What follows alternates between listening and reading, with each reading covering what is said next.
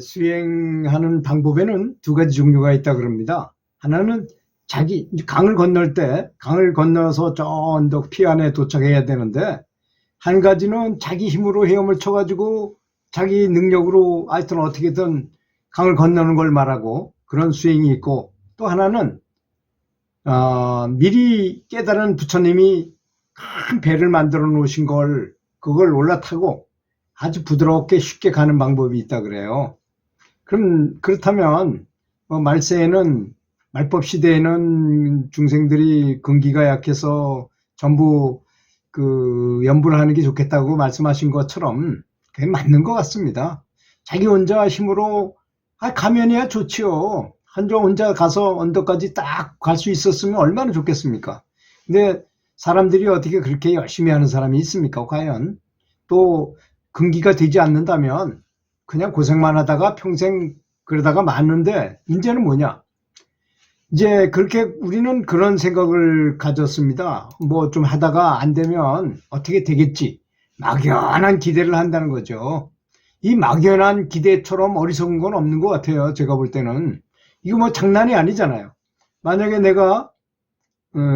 제가 본 서적에는 이런 말이 있더라고요. 확철대오를 했다는 겁니다. 그럼에도 불구하고 다시 태어난대요. 다시 태어나가서 몇 생을 돌다가 겨우 어떤 인연을 만나가지고 스승을 만나가지고 겨우 해탈해서 갔다, 이런 말이 많이 나와요. 소동파 같은 사람 있잖아요.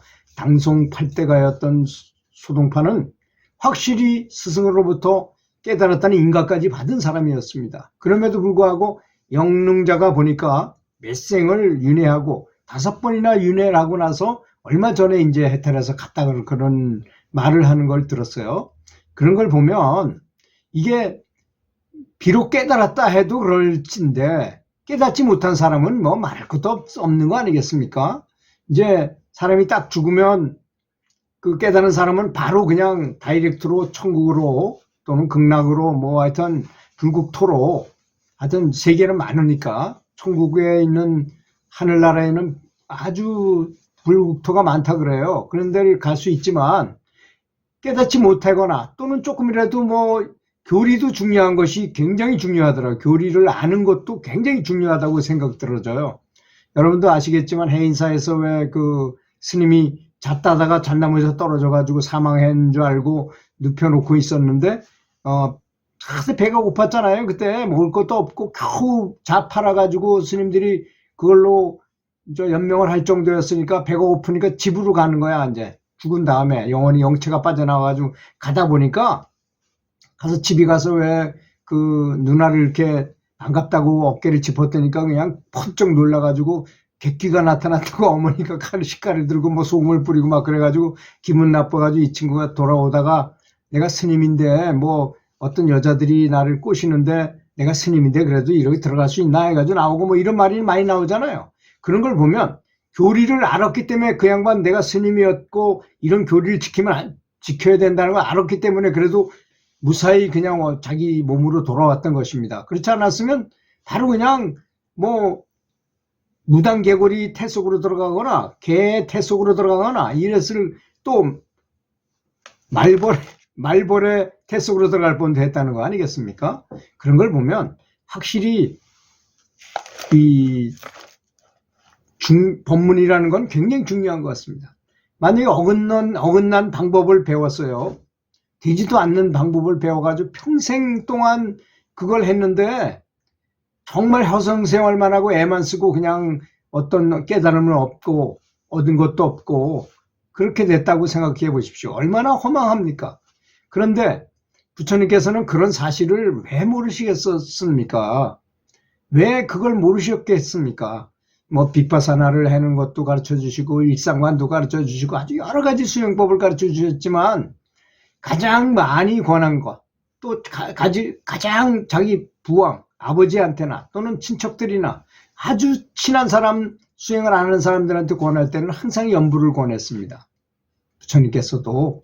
그리고 아주 부처님께서 완벽하게 극락정토라는 곳이 있으니까 걸리 가기만 한다면, 거기까지 가기만 하면 무조건 다 언젠가는 부처가 되게 이렇게 다 세팅을 해 놓으신 것입니다. 이게 너무나 놀라운 사실 아니겠습니까? 그리고 남의 아불 타불을 열심히 부르거나 또 본인이 아는 어떤 연부를 하게 되면 배가, 반야용선이란 배가 와서 죽은 다음에 그 배에 오르기만 하면 그냥 배가 바로 극락으로 간다는 거 아니겠습니까? 그 어떤 수행이든지 가장 좋은, 우리가 볼 때는 참선이 아주 굉장히 대단한 것 같아요. 보기에는. 저도 사실 무처하들을 들은 참선을 아주 오래 한 사람입니다. 그리고 자력으로 해야 되고 살불사조 정신을 가지고 어쩌고저쩌고 얘기를 하지만, 그렇게 말을 하긴 하지만 깨달았다 하더라도 잘못되면 중음신으로 가서 태 속으로 들어가서 다시 계속 윤회해야 될 판이라는 것입니다. 그런데 부처님께서 세팅해 놓으신, 완벽하게 이렇게 만들어 놓으신 그 반야용선에 올라타기만 하면 극락으로 가고, 그래서 옛날에 놀라운 사실입니다. 완벽하게 깨달은 선사들도 본인이 돌아가실 때는 제자들한테 부탁을 해요. 나를 위해서 나미아불타불을 좀 불러다오. 본인도 나미아불타불을 부르시면서 돌아가십니다. 돌아가신다는 말조차가 무슨 뜻입니까? 본향, 우리가 원래 있던 고향으로 돌아간다는 뜻이잖아요. 돌아간다는 거. 돌아가야만 되는데 돌아가지 못하면 계속 윤회하는 거죠. 한심한 삶을 계속 살게 되는 거죠. 그래서 큰 보리심을 내가지고 도를 깨닫고 해야 말겠다는 생각을 가지시고 진실한 믿음을 갖고 이걸 철석같이 믿어야 된다는 것입니다. 어떤 분은 어떤 부처님의 영어를 외우는 분도 계실 것이고, 뭐 관세음보살, 미륵보살이나 또는 나미아불탑을 여러 연부를 하겠지만 그 연불의 중요성을 아주 완벽하게 알아야 됩니다. 연부를 하면 분명히 될 수 있다는 믿음이 있어야 되는 것입니다.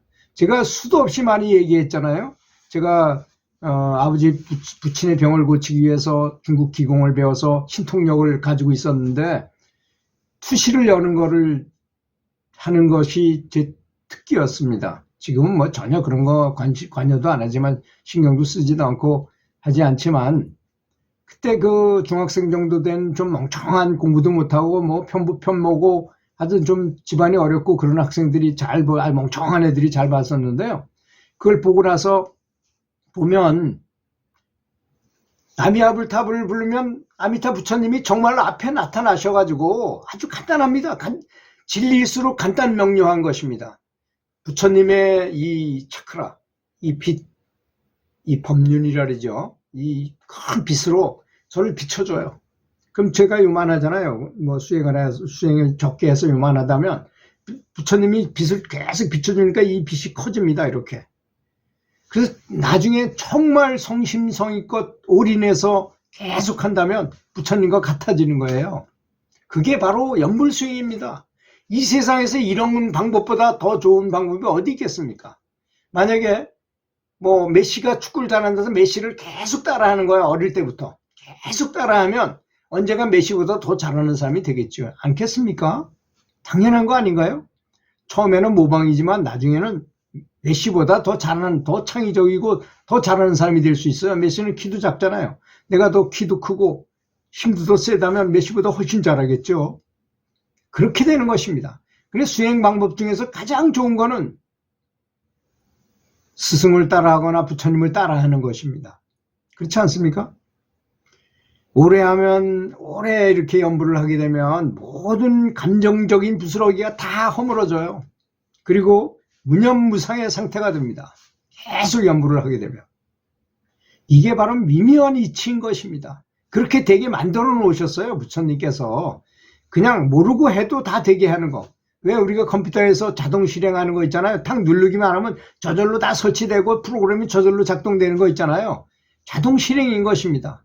이렇게 놀라운 방법인데도 그 방법을 모르면 안 되는 것이죠. 그래서 우리가 이미 생이지지였다면, 타고나면서 전생에서부터 많은 수행력을 가지고 있었던 사람이라면 벌써 옛날에 다 깨달았어요. 우리는 그렇지 못한 사람이라는 뜻입니다. 지금까지 깨닫지 못하고 수행하고 있는 중이라고 한다면.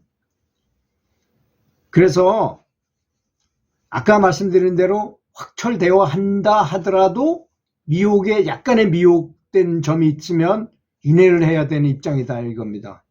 그래서 오직 부처님의 가피력, 우리 평상시에도 그렇잖아요. 내가 힘이 약하고 매일 애들한테 매를 맞는다면, 아주 힘센 애들하고 내가 친하다면 감히 힘센 애 때문에 나를 건드리지 못하잖아요. 비슷합니다. 아주 어떻게 빙의가 된 사람한테 아주 영능자 부처님이 나타나셔가지고 타협을 해야 돼요. 그래도 부처님이 그 빙의된 그 영가를 불러서 타협을 합니다. 내가 너한테 이만큼 줄 테니까 너 이만큼 나올래? 만약에 500만 원을 받을 거 있는 사람한테, 야, 내가 너 이 사람을 좀 용서해주고 네가 나가면 내가 너한테 2천만 원 주마. 그러면 그 영가가 군말 없이 갈 거 아니겠습니까? 많은 이득을 받았으니까. 그런 방법이 있는 것입니다. 그렇게 요 상황이 그렇게 돼 있다는 것입니다. 그러니까 정말 연부를 할 때는 전심전력을 다해서 최선을 다해서 연부를 한다는 것, 이것이 가장 중요하다는 점을 반드시 알고 최선을 다해서 하고 계속 이어지게 성심을 다해서 제주 무주선원이라는 곳의 본현 스님이 아주 제가 존경하는 스님이신데요. 그분이 아주 간단 명료하게 말씀하셨어요. 연부를 어떻게 합니까? 하고 누구 모르게 정성껏 하십시오. 모든 정성을 들여서 하면 됩니다. 그렇지 않습니까? 그 방법보다 좋은 방법이 어디 있습니까? 정성을 다해서 하는 연부를 하면 된다는 얘기입니다. 들어주셔서 감사합니다.